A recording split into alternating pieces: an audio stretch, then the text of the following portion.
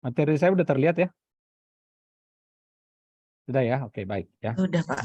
Ya. Oke, jadi belajar tentang bisnis proses reengineering ya. Jadi dari kalimatnya melakukan reengineering dari sebuah proses. Berarti yang akan dipilih adalah proses ya. Jadi proses. Nah, apa itu bisnis proses reengineering? Bisnis proses reengineering ini adalah situasi yang mengubah yang disebut dengan fundamental rethinking ya. Jadi meriting lagi yang disebut dengan persoalan fundamental ya, fundamental. Nah, fundamental yang dimasukkan di sini tentu adalah apa namanya? Prosesnya ya, prosesnya. Ya, jadi prosesnya yang kita coba secara radikal ya, secara radikal dan akan menghasilkan yang dramatik. Jadi ada 3 kata-kata kuncinya ya. Kata kunci yang pertama disebut dengan fundamental rethinking, kemudian yang kedua disebut dengan dia radikal, dan yang ketiga itu disebut dengan dramatik ya, dramatik. Coba bayangkan ya. Jadi dia kita fundamental rethinking, kemudian radikal, dan dia adalah dramatik. Dan tentunya ini adalah menurut James Champy. Ya, James Champy bukunya itu adalah Reengineering Management. Bukunya udah cukup lama tapi masih tetap digunakan yang buku ini tentang bisnis proses reengineering. Nanti kita tinggal menilai apakah bisnis proses reengineering ini memang bisa kita lakukan atau tidak sih gitu ya. Dan nanti dari case yang sudah saya kirimkan tentang di Uganda ya, tentang microfinance ya, microfinance. Nah, itu nanti akan mempertemukan kita bagaimana sebenarnya bisnis proses reengineering itu dilakukan di berbagai belahan dunia ya, berbagai belahan dunia, dan tentunya di beberapa bisnis. Nah, sehingga ukuran-ukuran yang akan kita cek itu adalah cost, quality, dan service, dan speed. Jadi mengcapture ini kan, mengcapture 3 ini kan. Tadi adalah quick response, ya, cost leadership, dan dia adalah differentiate. Jadi differentiate tentang quality, cost ya tentang cost, kemudian service and speed ini adalah terkait dengan waktu ya. Jadi adalah quick response ya, quick response. Oke. Service and speed.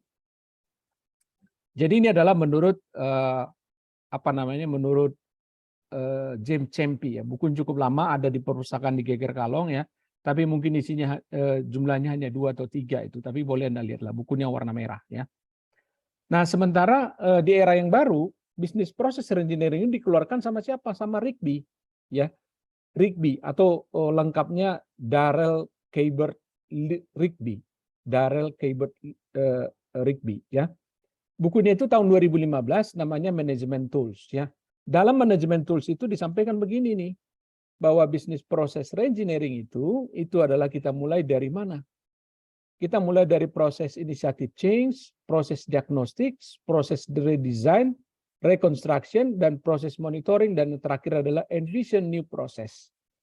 Inilah yang disampaikan. Jadi kita bisa terbayang ya bahwa bisnis proses reengineering ini sebenarnya adalah proses manajemen. Proses manajemen di mana manajemen itu kan POAC kan, planning, organizing, actuating, sama apa satu lagi? Controlling ya, controlling. Nah itu. Jadi kalau kita lihat kan bisnis proses engineering, dia dalam mengadop prinsip dari manajemen ya, prinsip dari manajemen. Apa yang dikatakan sama Rigby ya? Rigby, kalau tadi kan Champy kan sudah disampaikan kepada kita tadi ya, bahwa Rigby mengatakan bisnis proses reengineering itu adalah involve radical redesign, berarti sama, radical redesign of the process, core business process. Tadi kan fundamental ya, fundamental. Dan to achieve dramatic improvement, sama dramatic. Dramatic improvement pada mana? Pada produktivitas, pada cycle time, dan juga pada quality ya. Jadi nggak ada yang bedanya ya pendapat daripada Rigby dan pendapat daripada James Champy ya.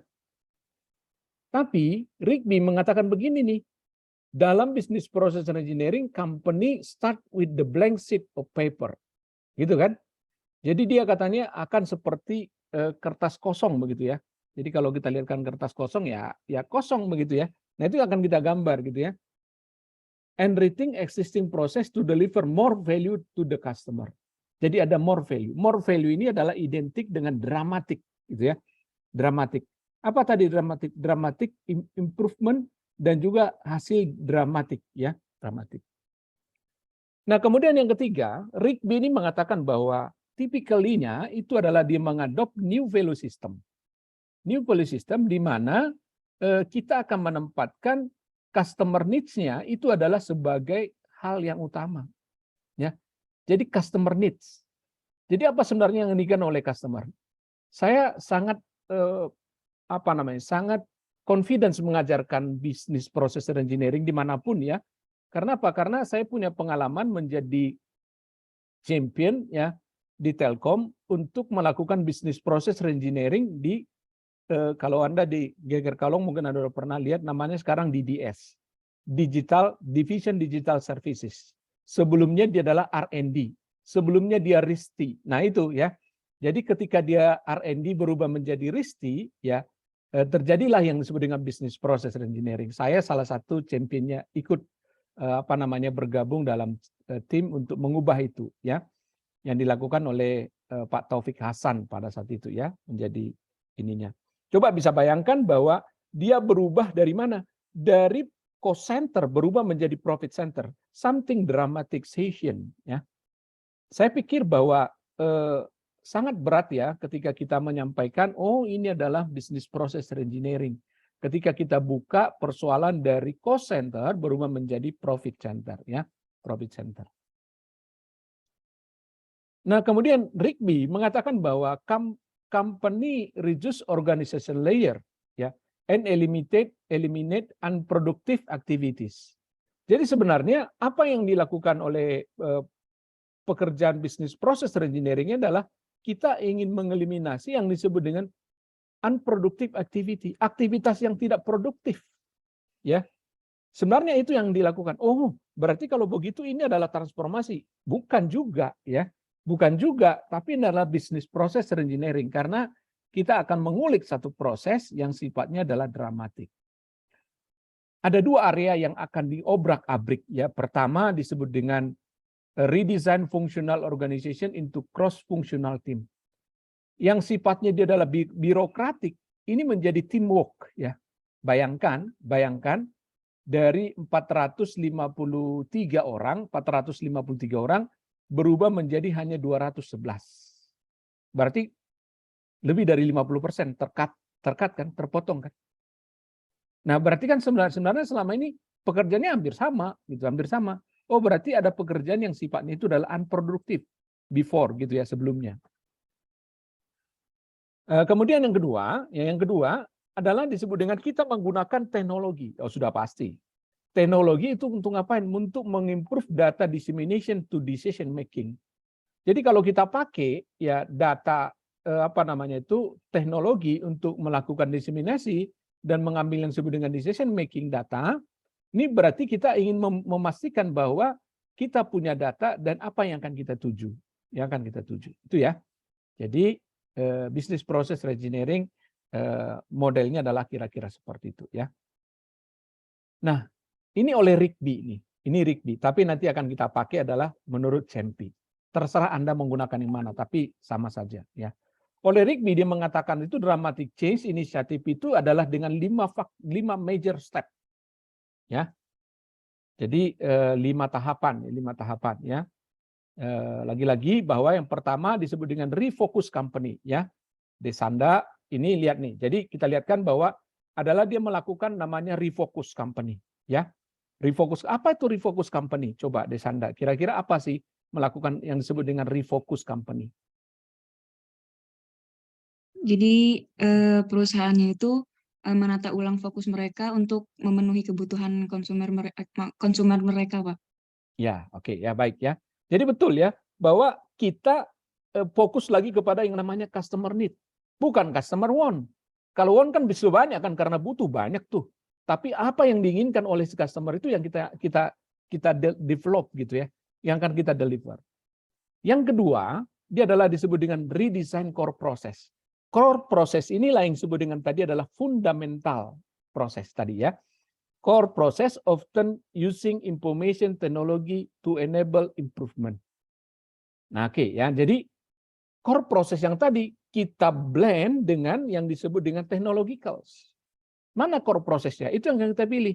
Jadi bukan proses biasa. Nah, kasus di RISTI adalah core prosesnya itu adalah melakukan apa namanya? Melakukan menterafikasi ya, mentera ya. Jadi ada sebuah alat, bagaimana supaya alat ini berfungsi dengan cara disebut dengan mentera ulang lah kira-kira begitu, repair ya. Jadi kalau kita lakukan mentera ulang sebuah alat, berarti kan alat itu harus masuk ke kita, kemudian kita tes, kemudian kita benahin lagi speknya dan seterusnya sampai dia benar-benar. Contoh misalkan alat ukur timbang badan gitu ya. Kalau kita tera alat ukur timbang badan, bisa saja ketika di tempat A, oh kok saya 60, di sini kok 58, kok beda gitu ya. Oh berarti ada alat yang tidak satu sistem. Kan gitu kan? Bayangkan kalau itu adalah untuk perusahaan telekomunikasi. Satu misalkan kapasitasnya 256, tapi kok di sini hanya 240 gitu. Nah ini harus ditera. Nah itu fungsinya siapa? Fungsinya RISTI pada saat itu ya, atau R&D, Research and Development di Telkom ya, R&D Telkom namanya. Oke ya. Kemudian yang ketiga, jadi core prosesnya kita pilih. Jadi mana core prosesnya? Yang ketiga, reorganize business into cross-functional team with end-to-end responsibility for a process. Nah, end-to-end.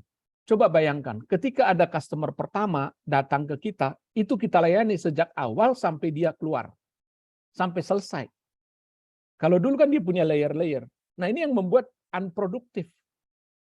Ya, kira-kira Wafa, apa yang membuat kalau beberapa layer gitu ya, beberapa meja yang harus dilalui, kira-kira apa yang membuat tidak produktif menurut Anda?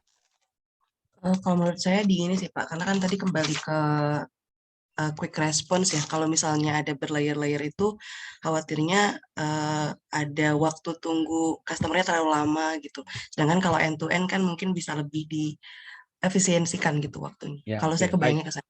Ya, betul ya. Jadi coba bayangkan untuk membuat mentera satu alat di telekomunikasi di RISTI dulu itu ada 12 titik. Sekarang enggak. Pokoknya begitu Anda datang dilayani oleh Pak Paldi Sitorus sampai selesai oleh saya juga. Jadi saya nggak perlu lagi bertanya. Kalau tadinya misalkan Wafa, Desandra, Wira gitu kan.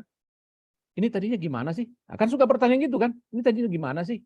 Ini nggak perlu bertanya lagi karena from the start after to end you are the comment, you are the apa namanya itu, Anda menjadi gurunya di situ. Apa yang harus Anda lakukan? Anda yang mengatur waktunya gitu. Itu pertama ya.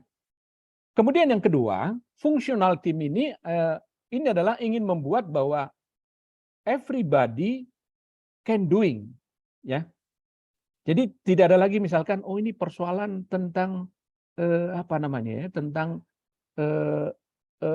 apa namanya, misalkan saja lah, misalkan IC-nya gitu. IC itu ada integrated circuit-nya. Enggak, dia udah paham. Sehingga saya harus perlu belajar. Maka di awal itu saya harus belajar everything gitu. Belajar banyak. Ya walaupun tidak yang penting-penting kan, karena peralatan telekomunikasi kan terbatas. Pasti berbeda telekomunikasi dengan alat untuk elektronik di dapur misalkan gitu kan berbeda. Itu yang kedua ya. Kemudian oleh si Rigby, dia mengatakan begini nih, rethink basic organizational and people issues. People issues. Jadi sebenarnya persoalan di sini dalam bisnis proses itu adalah persoalan people. Gitu kan? Lydia Gabriela, coba Lydia Gabriela. Pernah mendengar yang disebut dengan begini? Apa namanya itu? Seseorang itu dapat dimotivasi oleh lingkungannya dalam sebuah pekerjaan. Pernah dengar di apa namanya itu di lingkungan SDM, mata kuliah SDM, pernah dengar? Pernah, Pak. Oke. Kenapa kira-kira itu? Apa pendapat Anda? Kenapa itu bisa dibenarkan? Kita benarkan bahwa lingkungan itu akan mempengaruhi produktivitas gitu. Coba. Karena menurut saya kalau misalnya lingkungannya tidak nyaman, ya, pasti kitanya juga yang bekerja di lingkungan itu juga tidak bisa maksimal, Pak. Karena misalnya saya beberapa kali menemukan, bahkan pernah ada di posisi-posisi ketika ada di lingkungan yang bahkan tidak mendukung, kita mau mengeluarkan kapasitas aja kita mikir 2 kali, kayak nanti kalau misalnya feedback-nya tidak sama atau responnya tidak sesuai ekspektasi kita, pasti kita juga ya ujungnya kecewa sendiri, Pak. Jadi ya kadang-kadang kapasitas yang kita keluarkan ya seadanya aja kayak gitu. Ya, Pak. oke ya. Jadi kan tidak akan muncul creativity kita kan. Tidak akan muncul creativity kita. Tapi kalau sejak awal kita memegang ini project nih. Satu project nih. Oh, saya ingin melakukan misalkan nih ada seorang customer. Customernya datang ke Risti. Saya ingin mentera ulang alat saya ini. Dikasih ke orang, ke kita salah satunya kita misalkan. Kan kita bisa mendevelop dari sisi waktu, dari sisi biayanya berapa, kemudian apa yang harus dilakukan perbaikan-perbaikan, surat menyuratnya juga kita mengkontrol, itu kan relatif lebih mudah, sehingga creative thinking kita itu adalah full power lah kira-kira begitu ya. Jadi keluar semua gitu, keluar semua. Kemudian yang terakhir itu yang kelima disebut dengan improve business process across the organizational. Jadi inilah yang membuat bahwa business process engineering ini adalah dramatik gitu. Dramatik. Jadi ketika kami dijelaskan pertama ini kita agak ogah-ogahan gitu ya. Jangan-jangan ini adalah hanya transformasi biasa gitu ya. Bukan business process engineering. Tetapi kami punya kepercayaan. Itu untungnya. Pak Taufik Hasan ini baru pulang dari luar negeri, dia ngambilnya doktor dan topiknya adalah business process engineering. So I'm very believe to him ya. Itu yang membuat kita sangat percaya gitu, sangat percaya. Nah, apa yang dilakukan oleh sebuah perusahaan? Dia adalah melakukan yang disebut dengan company use business process engineering untuk apa? Pertama adalah untuk mereduce cost and cycle time. Mereduce cost itu adalah cost leadership. Cycle time itu adalah quick response. Dan di improve quality itu adalah differentiate. Jadi memang tiga ini gitu. Ini pendapat dari si Rigby. Jadi mirip dengan pendapat daripada si Cempi gitu ya, James Cempi. Itu ada dua buku. Sebenarnya ini dua kalau kita lihatkan kiblatnya beda, ya beda. Rigby itu kiblatnya itu adalah Eropa, sementara Cempi itu kiblatnya itu Amerika. Tapi kenapa untuk kasus yang satu ini mereka sama gitu. Ini yang membuat kenapa saya coba bandingkan nih materi ini ya. Materi dari Rigby dan materi daripada si Cempi. Ini membuktikan bahwa ketika kita belajar business process engineering, this is the universal language gitu. Universal language ya. Jadi tiga tadi kan, quick response, cost leadership, and differentiate itu adalah disatukan. Nah, ini yang dilakukan di Risti ketika pengalaman kami ya. Ada 7. Waktu itu kami belum mengenal bukunya si Rigby. Kami mengenalnya itu adalah bukunya si Cempi. Ya, bukunya Cempi. Bukunya Rigby 2015 masih baru, saya dapatkan juga bukunya masih baru gitu. Nah, tapi kami menggunakan si Cempi, ya James Cempi. Apa itu? Ada 7 fasenya katanya. Pertama adalah begin organizational change, kemudian building the engineering organization, identify business process engineering opportunities, understanding existing process, engineering the process, blueprint the new system, kemudian perform the transformation. Nanti satu-satu akan kita jelaskan, ya. Kita berangkat ke topik yang pertama, ya. Apa yang kita lakukan dalam organizational change, ya? Jadi di awal kita hanya ngapain? Kita mengakses yang disebut dengan current state of organization. Organisasi kita ini seperti apa sih? Ya dicek lah gitu ya, diakses gitu. Oh kita kurang cepat, kemudian ini masih lambat. Nah, asesmen biasa itu. Dari hulu ke hilir gitu ya. Berapa orangnya, berapa biayanya, semua kita akses. Kemudian yang kedua, ini yang penting.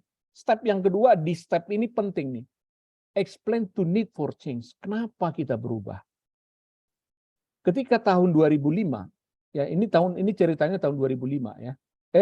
Tahun 2003 sampai ke 2005. Jadi saya ingat ini digunakan business process engineering dipresentasikan oleh Pak Taufik Hasan itu adalah persis ketika konferensi Asia Afrika ya. Dibuka di Bandung kan, itu kan 2005 ya, 2005. Itu ingat saya. Jadi waktu itu ingatnya adalah ketika ada konferensi Asia Afrika, kita dikasih kesempatan datang konferensi Asia Afrika, kemudian sorenya dia dipresentasikan ini di kantor ya, di kantor. Jadi kenapa kita harus berubah? Ya, rupanya Pak Taufik Hasan ini memikirkan tahun 2020 itu kan 2005 tadinya kan, berarti tahun 2020 15 tahun yang akan datang. Dunia ini dia bilang begitu ya, saya masih ingat ya. Dunia ini adalah cukup dalam genggaman jari katanya. Oh, kaget juga kita bagaimana itu mengatakan itu dalam genggaman jari gitu. Dan ternyata betul ya, 2020 ini zamannya kan sudah masuk yang disebut dengan 4.0 atau mendekati kepada 5.0 gitu ya. Udah masuk gitu. Enggak kebayang sama kita itu, enggak kebayang sama kita. Nah, tahun 2020 juga lah Telkom melakukan itu adalah spin-off. Spin-off mana? Yang perusahaan, yang divisi-divisi yang kecil itu digabung, kemudian yang dia mulai dari cost center berubah menjadi profit center. Karena memang semuanya bisa kita profitkan. Coba bayangkan, pendapatan dari percakapan telepon, dari ARPU-nya 350.000 rata-rata, pengguna satu subscriber, tinggal 25.000 tahun 2018. 2020 itu tinggal sekitar 35.000. Oh, kecil sekali itu. Tapi untungnya di blend dengan apa? Dengan mobile dan internet ya. Kemudian yang ketiga, illustrate the desired state. Jadi kita ilustrasikan seperti apa sebenarnya ini. Apa yang terjadi pada ini. Nah, itu dilakukan seperti orang ada di catwalk ya. Anda tahu di catwalk ya? Di catwalk itu kan orang jalan gitu kan, jalan ke depan, kemudian kan tampak depan kan, kemudian tampak belakang, atau mungkin dari samping, orang berjalan tapi diikuti kamera dari samping. Itu disebut dengan illustrate desired state. Jadi harus bisa kita ilustrasikan. Oh, nanti begini loh, begini loh, begini loh gitu. Dan yang keempat, masih di bagian yang pertama, create the communication campaign for change. Kita bangun yang disebut dengan kampanyenya untuk berubah. Kenapa kita harus berubah gitu ya? Kenapa kita harus berubah? Ini cukup lama kita menggunakan ini, hampir 3 bulan kita melakukan yang pertama ini. Yang kedua, building the engineering organization.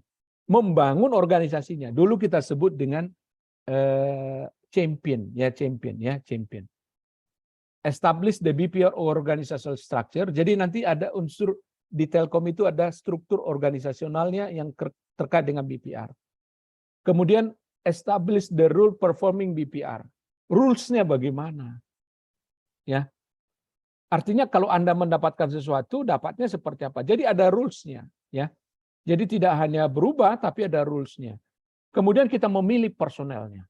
Tadi saya katakan sekitar 300-an, ya 360-an atau 370-an sebelumnya. Di situ tinggal 234 gitu, 235, 234. Artinya bahwa hampir setengahnya itu habis gitu. Karena ketika kita plot, tadi kan ada rules-nya, kamu melakukan ini, dihitung 1 tahun itu kerjaan kita berapa gitu kan. Kemudian kita berapa orang? Ya sebenarnya cukup dengan 200, nggak perlu 500 gitu. Itu saja sudah meningkatkan yang disebut dengan produktivitas kan. Karena apa? Kira-kira kenapa dari sana kita muncul meningkatkan produktivitas? Coba Zulfikri, silakan. Nggak ada nih, kemana ini kameranya? Mati, orangnya nggak dengaran juga nih. Oke, Raffi Amani. Hadir, Pak. Ya, silakan. Menurut Anda gimana itu? Apakah bagaimana ceritanya itu sudah meningkatkan yang disebut dengan produktivitas dari 300-an berubah menjadi 200? Artinya kan di situ ada perampungan jumlah personil, artinya ada pekerjaan yang akhirnya dikerjakan oleh satu orang itu lebih banyak. Jadi dari segi cost juga kan dapat berkurang, Pak. Ya, oke ya. Jadi kan ingat rumusnya produktivitas ya. Produktivitas itu kan resource yang digunakan kan di bawah tuh. Itu kan? Kan kalau resource-nya di bawah itu makin sedikit, itu kan pembilang dibagi A dibagi dengan B. B-nya ini makin sedikit, berarti yang atas yang sebelah produktivitasnya makin naik kan? Kan gitu kan? Nah, itu sederhananya. Dari 300 sekian menjadi 200 ya tentu ya pasti naik gitu kan? Nah, itu ya. Karena pembaginya jadi berkurang. Oke ya. Nah, sekarang yang keempat ini, yang ketiga ya. Yang ketiga itu adalah identify BPR opportunities ya. Kita identifikasi core atau high level proses. Mana yang high level? High level ini adalah yang mana yang sangat dia berpengaruh kepada mana? Kepada proses keseluruhan gitu. Kan di RIS itu prosesnya kan A to Z. ya. Dari A to Z ini mana yang paling berpengaruh? Itu yang kita pilih sehingga kita identify core and high level process. Yang mana itu yang tadi? Yaitu yang melakukan terafikasi tadi. Itu yang paling high dan dia adalah core-nya. Gitu. Yang kedua, recognize potential change enabler. Jadi kita merecognize kira-kira mana yang menjadi potensi-potensi yang akan berubah sebagai enabler. Di sampingnya tadi adalah untuk menterafikasi apa saja yang akan bisa berubah gitu di bawahnya, di sampingnya.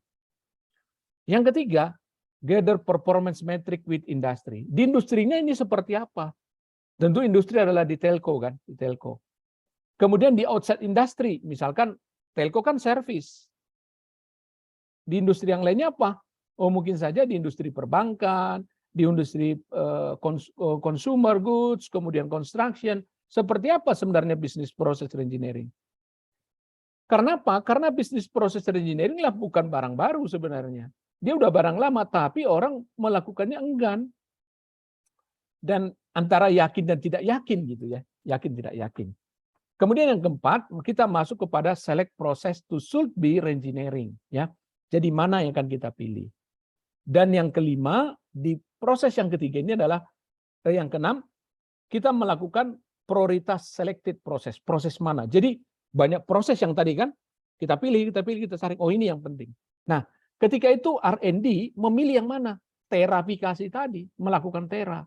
Ternyata di sanalah bottleneck-nya gitu. Orang tidak capable untuk melakukannya, alatnya sering mati, kemudian motivasinya. Karena begini nih, manusia kan kalau dia bekerja dengan alat, ya alat ukur, dia tuh bosan. Sekali-kali pasti sekali oke lah gitu. Tapi coba Anda, coba nih, saya tanya nih salah satu nih Anda ya, salah satu misalkan Anda, ada di rumah nggak yang mempunyai Azra Helga? Di rumah mempunyai timbang badan nggak? Punya Pak. Ya kan? Oke, timbang badan itu berapa kali Anda pakai? Paling mungkin di awal-awal aja senang gitu. Setelah itu mungkin sudahlah kayaknya segini aja gitu. Betul nggak kira-kira? Atau Iya, memang Pak. rutin menggunakannya? Kurang lebih begitu, Pak. Takut Iya. soalnya lihat angkanya. Takut ya.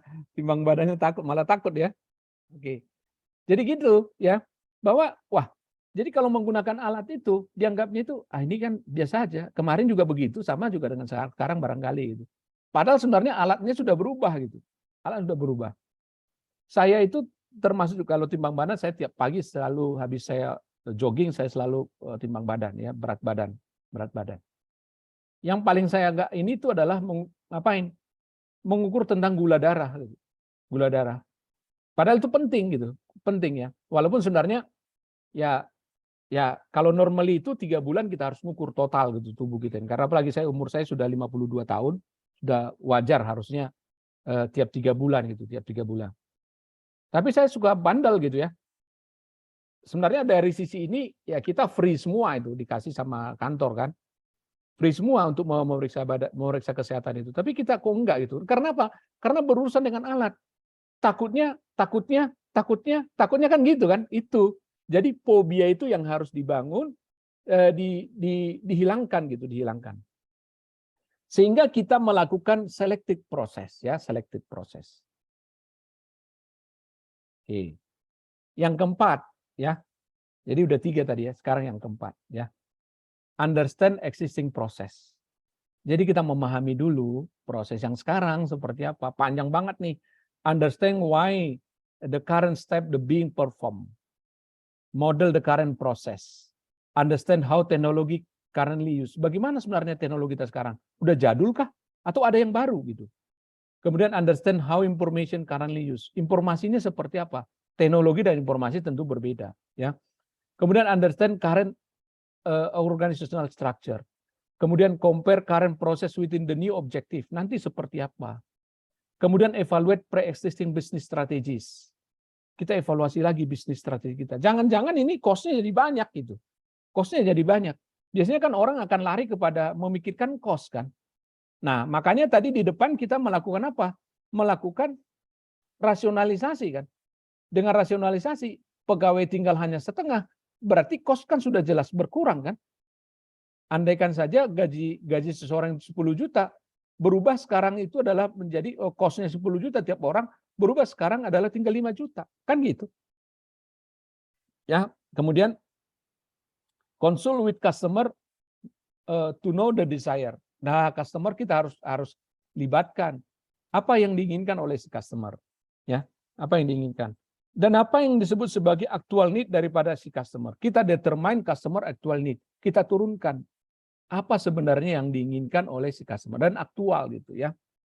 Kemudian kita formulasikan new process performance objective. Ini panjang. Jadi kita lakukan waktu itu adalah kita melakukan simulasi. Ya biasalah kalau simulasi ya pasti adalah apa namanya good looking lah gitu ya, good looking ya, good looking. Sudah pastilah kalau nggak looking nanti good looking nanti orang nggak mau percaya ini jadi bagaimana kan gitu kan. Kemudian establish key process karakteristik. Ada key prosesnya. Dalam melakukan tera ulang, key process itu sebenarnya adalah memastikan alatnya itu adalah tepat mengukurnya gitu. Ada orang kan mengukur kesehatan itu adalah dilihat dari berat badan.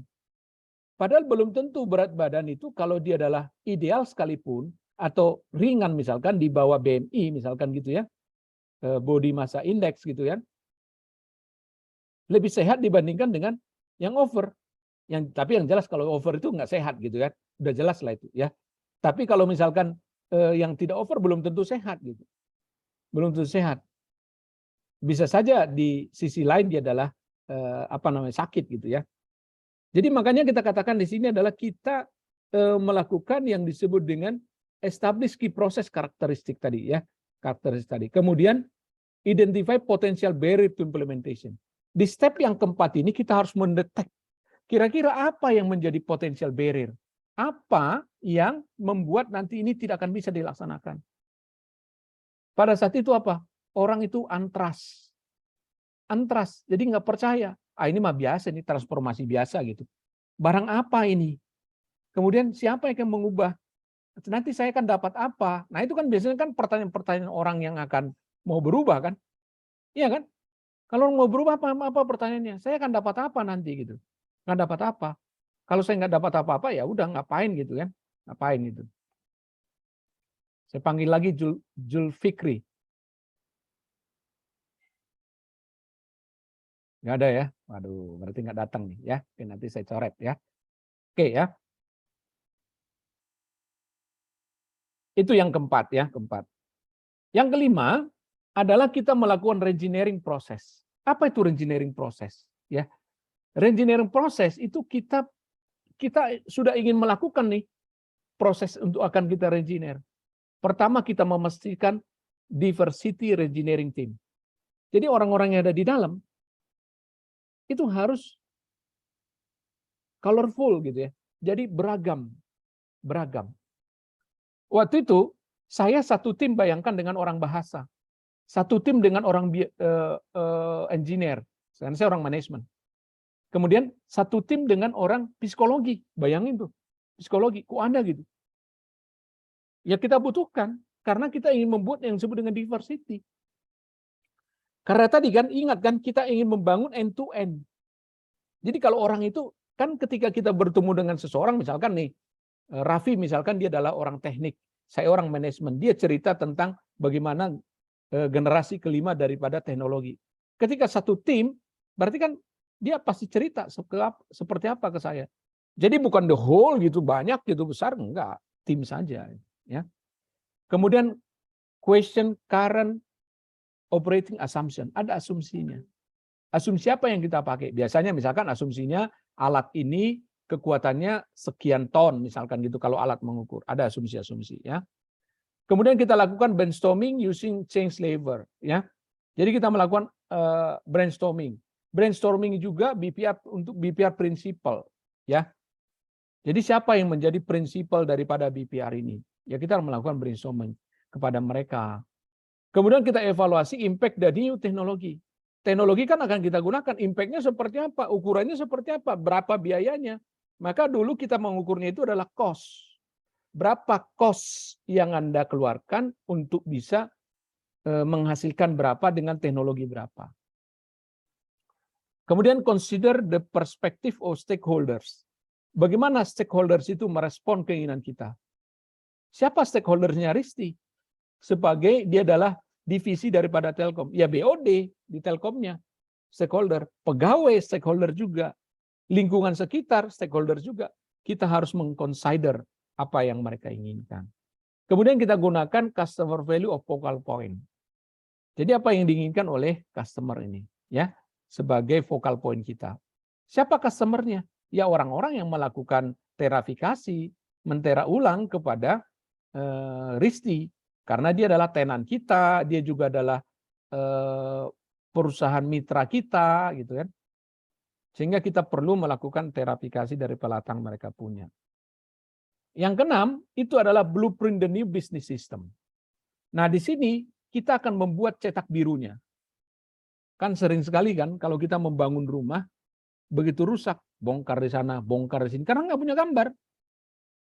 Sehingga kita bongkar sini, rusak yang ini, gitu kan. Kita bongkar sini, rusak ini, akhirnya semua rusak, gitu kan. Semua rusak. Karena apa? Karena nggak ada gambar, gitu. Ya, saya di rumah saya yang lama, itu sama sekali saya nggak tahu gambar seperti itu, karena saya beli dari orang lain. Tapi rumah saya yang sekarang yang baru, ya saya tahu di mana listrik di sini, di mana air, di mana gas, tahu saya. Karena gambarnya ada. Tapi memang kalau membongkarnya ya saya nggak tahu karena bukan keahlian saya. Tapi begitu gambar, oh ini rusak, oh cek di sini, cek di sini, cek di sini, gitu. Itu yang pertama, ya. Jadi yang pertama adalah define new flow of work. Bagaimana flow of work-nya nanti? Yang kedua, model the new process step. Bagaimana step barunya nantinya? Kemudian model the new information requirement. Document of new organizational structure. Organizational structure itu adalah tidak hanya sekedar si A bagiannya ini, enggak. Tapi si A detailnya adalah dia paham A, B, C, D, E. Si A jagonya begini, latar belakangnya ini, pengalamannya ini. Itu disebut dengan organizational structure, ya.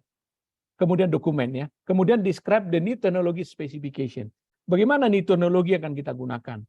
Kemudian record the new personnel management system. Jangan sampai nggak ada recordnya. Ya, nggak ada recordnya. Kemudian yang terakhir, describe the new value of culture required. Jadi bagaimana culture, ya? Ketika itu, ya di Risti culture-nya berubah. Salah satunya tadi kan bahwa end to end, ya. Dari ruangan saja, ya. Kepala divisi dia punya satu ruangan, kaca, kita terlihat apa yang dilakukan di sana. Sementara kita champion ini tidak ada punya ruangan, terbuka aja begitu itu. Sehingga apa kira-kira keuntungan kalau ruangan seperti itu? Coba saya panggil Wafa. Wafa tadi udah, ya. Wira udah. Coba Betari. Betari Sakuntala. Iya, Pak. Silakan. Mohon Apa? maaf, tidak on cam soalnya sinyalnya keluar masuk Oke, tadi. nggak apa-apa. Ya, nggak apa-apa. Ya, apa sih keuntungan kalau misalkan kita open space gitu, open space. Kita tidak ada sekat dalam satu ruangan yang besar gitu. Silakan. Keuntungan dalam bisnis sistem ya, Pak? Ya. Untuk open case, mungkin agar kita dalam sistemnya itu bisa mengakses juga, Pak. Mengakses gimana maksudnya?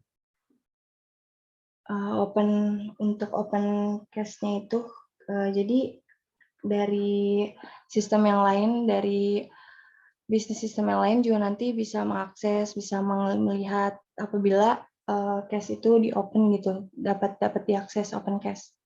Oke. Jadi sebenarnya ini salah satu nih, ini yang Betari ya, yang saya sampaikan ini adalah begini. Ruangan yang luang kayak hall begitu, nggak ada sekat-sekat gitu, nggak ada case-nya. Untuk apa? Untuk memastikan bahwa orang itu ada di sana gitu, terlihat. Gitu. Terlihat, dan kalau misalkan saya bekerja apa, orang lain bisa melihat saya gitu. Gitu kan? Ya. Kan gitu kan? Orang lain bisa melihat saya gitu. Itu akan terpacu juga ya bahwa saya tidak akan bermalas-malas. Ya pada saat itu ya kami lihat memang kondisinya before and after ya. Before itu kan ada sekat-sekat. Jadi kita nggak tahu di dalam itu dia ngapain gitu. Kalau sekarang dia terlihat gitu. Coba bayangkan gitu ya. Ya seperti kelas lah gitu, seperti kelas gitu. Apa yang dilakukan gitu. Dan ini diadop sama, coba lihat, perusahaan-perusahaan yang sekarang itu yang orang-orang milenial di dalam. Contoh misalkan startup Tokopedia, kemudian toko kripto gitu kan. Itu ya hall besar, banyak pegawai gitu. Udah di sana mereka bekerja. Itu kira-kira ya. Oh iya Pak. Ya. Oke ya, jadi itu salah satu culture. Culture yang kedua, ya kita boleh punya meja dimanapun gitu.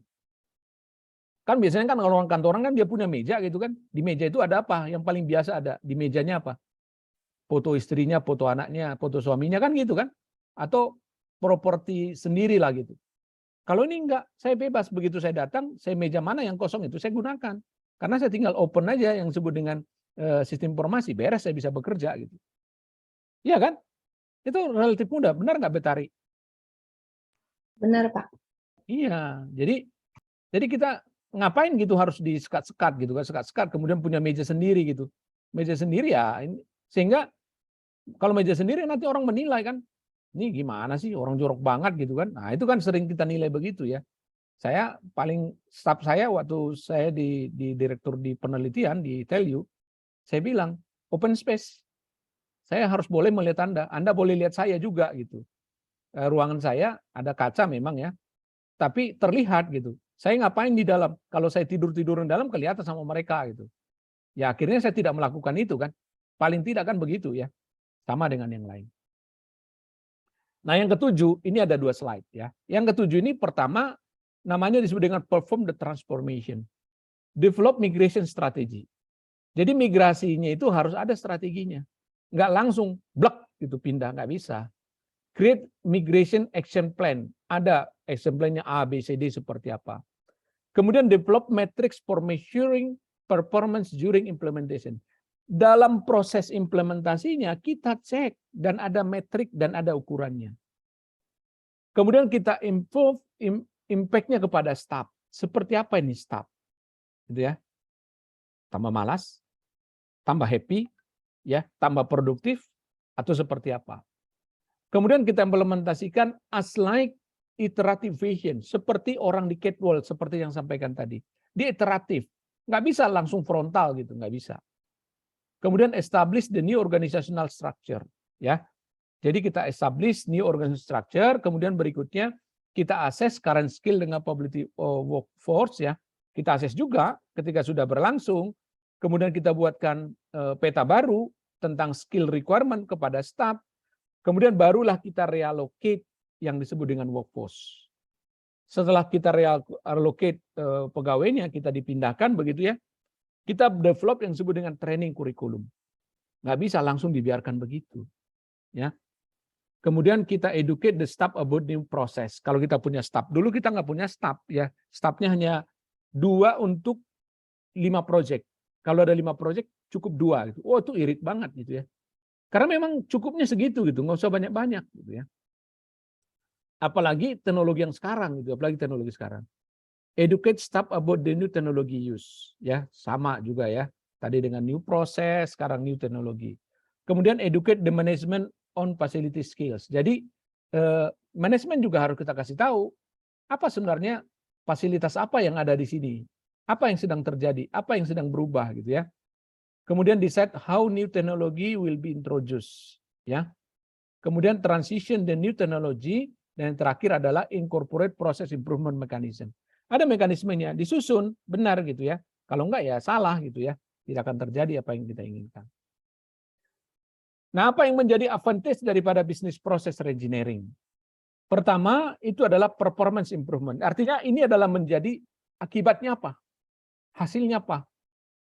Ada peningkatan kepada performance, ada peningkatan profit, ada peningkatan yang disebut dengan increase produktivitas, kemudian better business practices, ada enormous cost reduction. Enormous cost reduction itu tidak hanya turun, tapi dramatikal. Ya. Kemudian speed up business process, cepat makin cepat. Kemudian improve employee satisfaction. Jadi kepuasan karyawan itu enak, tinggi gitu ya. Coba bayangkan, makan siang itu sudah terjadwal, makan bareng gitu kan. Dan ya very enjoy gitu ya, very enjoy. Karena apa? Karena ruangannya sudah didesain. Kita punya waktu kira-kira setelah teman-teman yang sholat gitu ya, kira-kira 20 menit itu kita menonton film. Besoknya sambung lagi film yang kemarin gitu ya. Itu aja terus film ya. Kemudian improvement in quality ya. Kemudian improvement cost services dan profitability. Ini yang mengubah. Tadi kan cost center berubah menjadi profit center. Oh, berarti ada profit. Ya, ada profit. Ini advantage-nya. Tapi jangan lupa juga ada disadvantage-nya. Tapi ini adalah baru persepsi orang. Pertama dianggapnya bahwa BPR itu adalah bad reputation. Karena apa? Major layoff, karena banyak yang dikeluarkan. Kan tadi kan dari 300 something berubah menjadi 200 gitu. Kemudian ini dikatakan it never change management thinking. Orang berpikir bahwa ini tidak akan mengubah pikiran manajemen. Enggak. Ini disadvantage-nya ya, disadvantage-nya. Kemudian lack of management support to initiative and those fast for acceptance in organization. Jadi biasanya itu adalah ini akan lemah penerimaan daripada organisasi. Itu mah transformasi biasa, itu mah perubahan teknologi, kan biasanya begitu. Kemudian aggregate expectation regarding the benefit of BPR. Jadi ini adalah bukan aggregate, tapi adalah aggregate, meruntuhkan. Itu pikiran orang. BPR ini adalah hanya buang-buang uang. Biasa begitu. Padahal sesungguhnya sejatinya BPR itu tidak. Ya. Kemudian underestimation resistant to change with organization. Ada orang underestimasi. Enggak, itu mah biasa saja tuh. Itu mah hanya hanya eyelid atau lip service gitu. Prakteknya mah enggak gitu. Nah, memang ya kalau kita biarkan ya enggak akan bisa prakteknya dengan bagus gitu. Kemudian implementation of generic best practices that do not fit to specific company needs. Iya, apa yang kita lakukan di RISTI belum tentu bisa kita lakukan di unit lain, di Telkom sekalipun gitu. Kemudian overtrust teknologi solution. Orang berpikir ini adalah hanya teknologi solution saja. Padahal bukan gitu, padahal bukan. Karena di dalamnya ada yang sifatnya itu adalah core process ya. Core process yang harus kita rubah ya, rubah.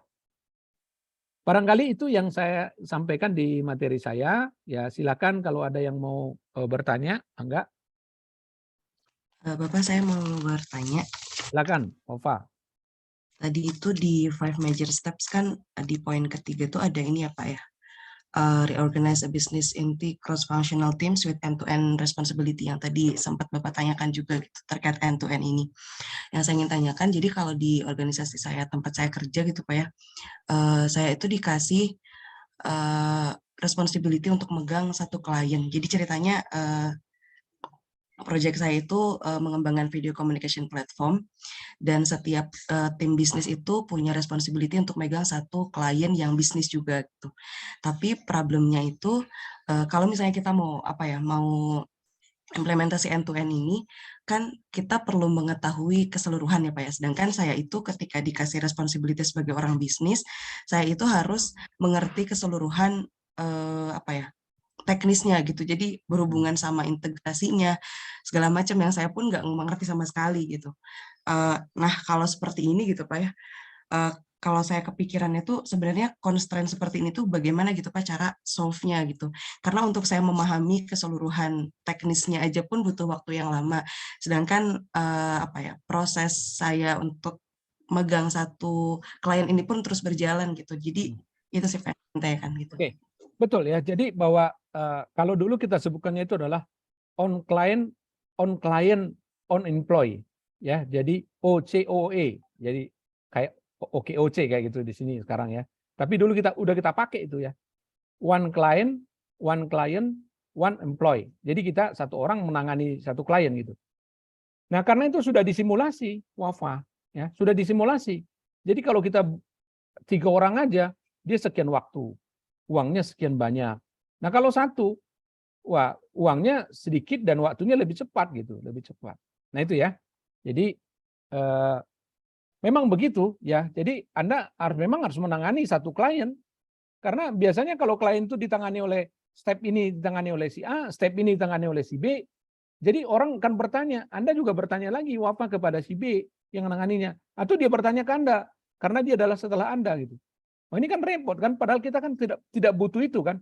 Artinya itu tidak akan meningkatkan performansi kepada si klien kita. Nggak penting sama dia itu. Satu. Yang kedua, ketika kita bisa melakukan satu orang person kepada satu orang klien, kita bisa melakukan engagement kan. Kan kita lebih engage kan itu kan. Lebih erat lah hubungannya. Kira-kira begitu. Oh iya ya Pak. Sama Bapak boleh nanya satu lagi nggak? Silakan Bapak, silakan. Kemarin tuh kan kami sempat belajar juga di MSDM ya Pak ya, terkait change management. Nah, terus salah satu tema itu kan dari Kurt dan Lewin ya Pak ya, ada unfreezing, moving, dan freeze. Cuman dari tadi sekian banyak materi yang Bapak sampaikan, saya tuh kayak sedikit menyimpulkannya ini bagian dari change management, betul atau tidak? Ya, betul. Change management ini adalah alat untuk masuk kepada business process engineering. Salah satunya change management. Ya, memang harus ada psikologinya juga kan. Change management kan ada psikologinya. Makanya kami ketika berubah menjadi change agent ya di sini, kita sebut tadi itu adalah champion, kita mengatakan bahwa secara psikologi kita seperti di ini ya, kayak di brainwash gitu ya, di brainwash. How to achieve dramatical, ya. How to achieve dramatical. Oh, berarti kalau dramatical berarti kan lompatan kan, quantum leap. Bagaimana caranya itu? Ya sudah, lakukanlah A, B, C, D, I. Nah itu, Wafa.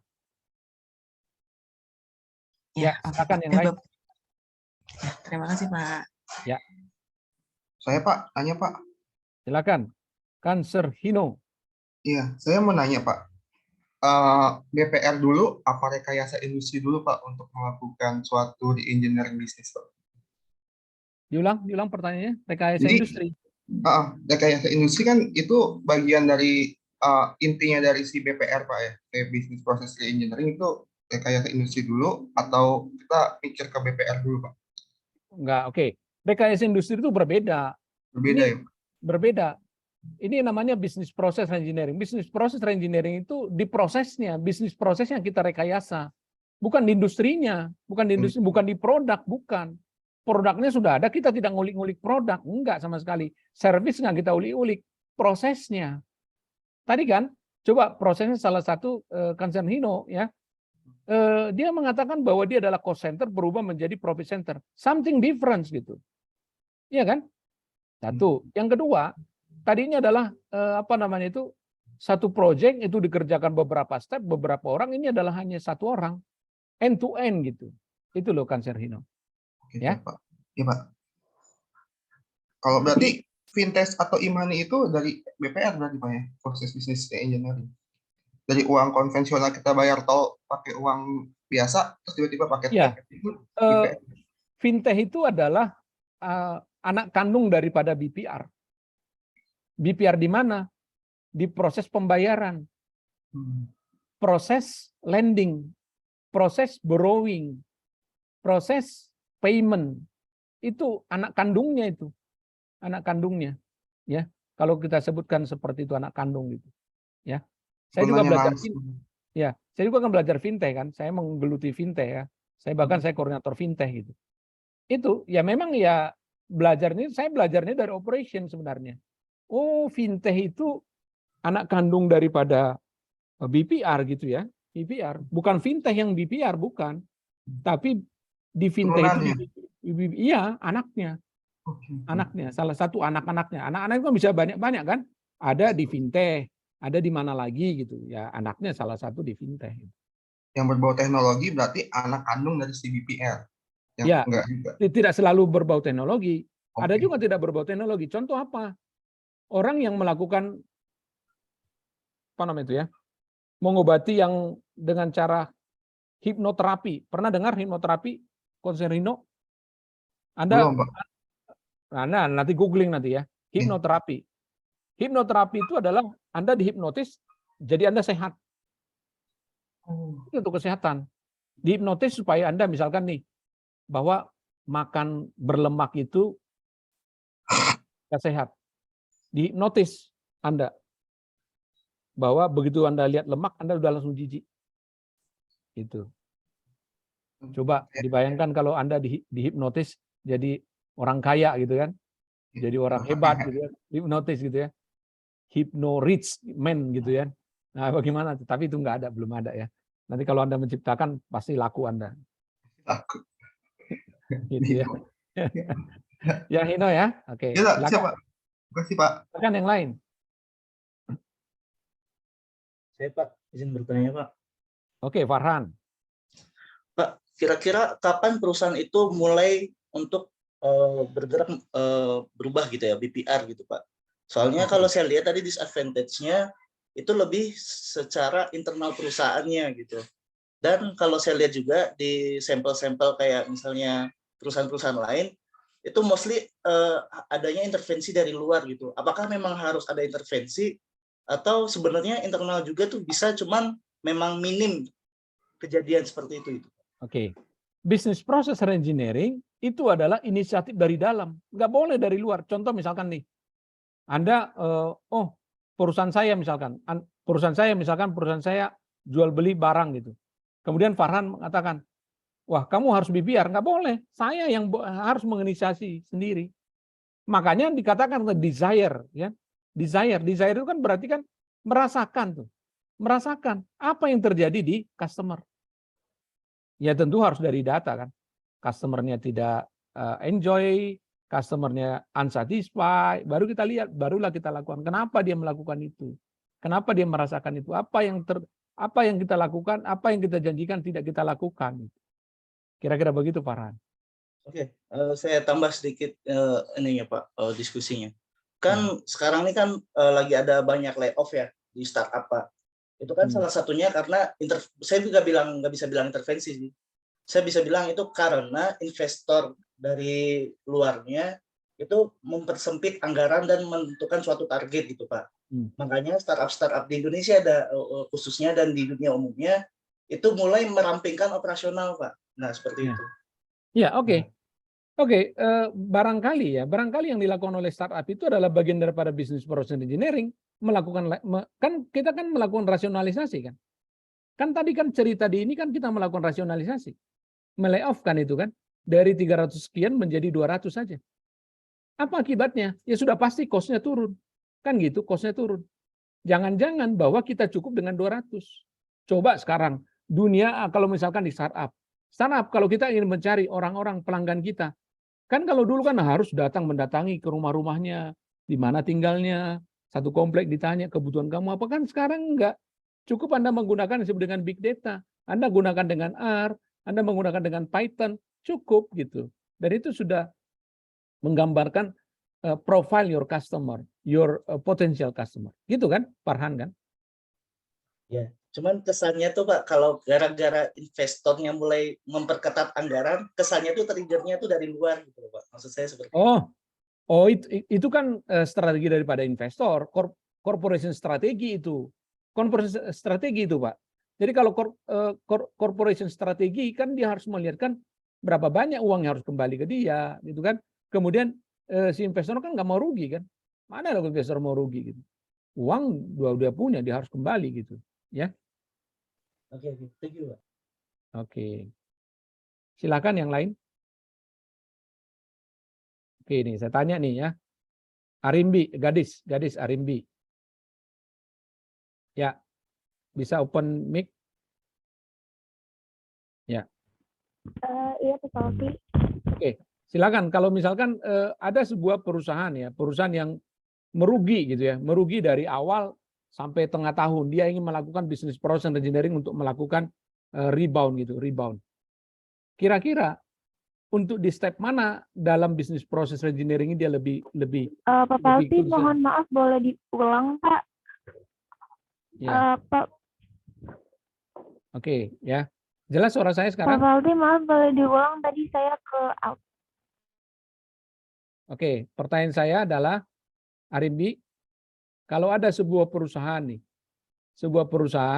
wah ini Arimbi kayaknya ini ya, low sinyal ya. Suara saya jelas nggak, Pak? Jelas, Pak. Jelas. Jelas ya, Arimbinya yang ini ya. Oke, Arimbi ya. Jadi kalau Anda ingin melakukan bisnis, atau matiin aja dulu itunya, kameranya. Mungkin Anda sinyalnya jelek, kameranya dimatikan aja Arimbi. Oke. Oke ya, kameranya dimatikan Arimbi. Oh iya Kamera Bapak. Anda matikan. Iya. Oke ya, jelas sekarang Arimbi? Jelas Bapak. Oke. Kalau ada sebuah perusahaan misalkan dia sudah merugi nih, dalam sekian waktu dia merugi terus gitu ya. Kemudian dia ingin melakukan bisnis proses engineering di tengah-tengah. Kira-kira dia mulai dari mana? Start dari mana?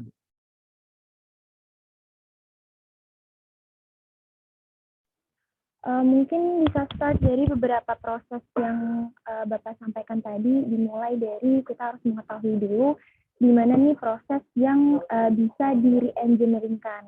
Nah, setelah kita understand the process, baru kita bisa lanjut ke bagaimana kita mere-engineeringkan proses tersebut, hingga nantinya membuat blueprint sampai melakukan kegiatan the transformation itu sendiri. Oke ya, baik ya. Jadi kenapa saya tanya pertanyaan ini ya? Pertanyaan ini adalah ingin mencoba menduplikasi pikiran kita itu. Jadi jangan dikira bahwa bisnis proses engineering itu adalah boleh hanya karena kita melihat merugi. Tapi bisa juga perspektifnya seperti yang R&D tadi. R&D tidak lagi rugi itu. Cuman tadinya dia adalah cost center, tapi ada peluang menjadi profit center. Itu kan, ada peluang. Ketika ada peluang, nah dia harus lakukan. Nah itu yang terjadi pada bisnis proses engineering. Jadi bisa juga dari internalnya kita melakukan, karena apa? Karena langkahnya kan bisa harus meruntuhkan dulu seperti blank sheet paper tadi kan. Blank sheet paper. Nah nanti di dalam case yang ada ini, di kasus Uganda, microfinance, coba cek ya. 5 langkah atau 7 langkah yang dari, kalau 5 langkah yang digunakan berarti RIGBI, kalau 7 langkah digunakan dengan CMP ya. Coba mana sih dari case itu, oh ini adalah langkah pertama, ini langkah kedua, ini langkah ketiga, langkah sampai dan seterusnya. Oke? Ada hal lain? Tidak ada?